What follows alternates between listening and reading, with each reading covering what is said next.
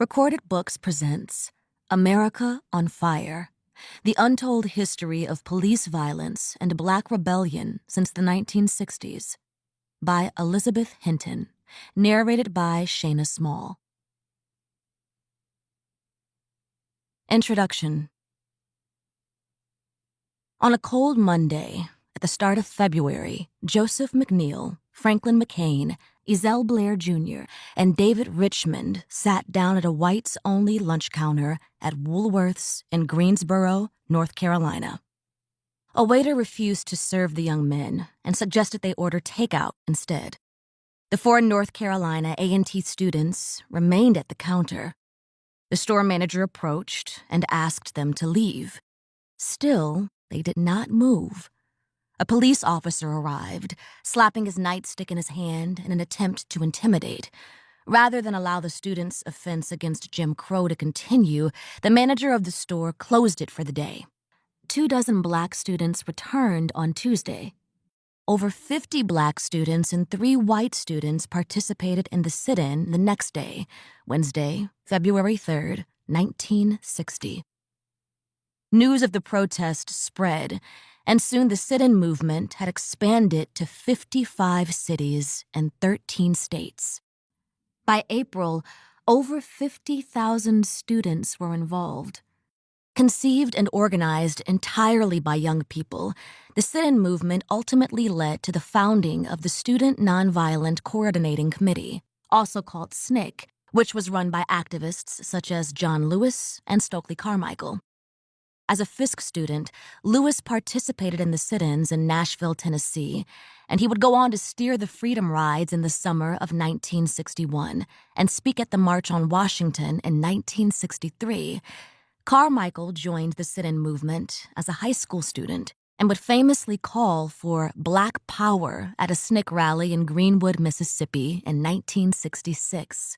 Together, Lewis, Carmichael, and tens of thousands of other young Black Americans signaled that their generation was prepared to risk their lives for freedom and equality. From Greensboro onward, the sit-ins helped build momentum and support for racial justice.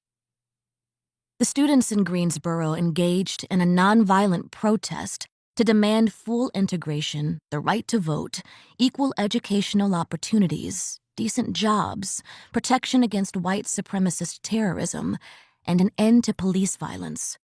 These were the central aims of the civil rights movement more broadly. By the end of the decade, Black students at North Carolina A&T State University were still protesting, but now they were destroying property, assaulting police officers, and shooting in the direction of law enforcement, if not coming close to killing cops in self-defense. In May 1969, after Black students at Greensboro's James B. Dudley High School were arrested, brutalized, and tear-gassed by police during a series of protests against arbitrary disciplinary measures, A&T students came to the teenagers' defense.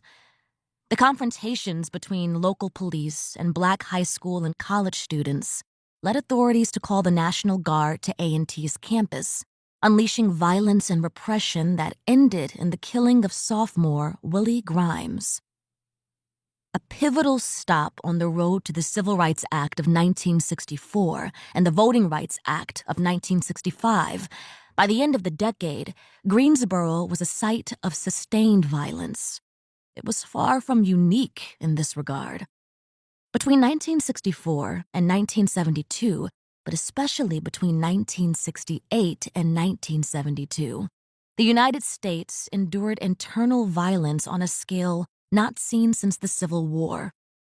Every major urban center in the country burned during those 8 years.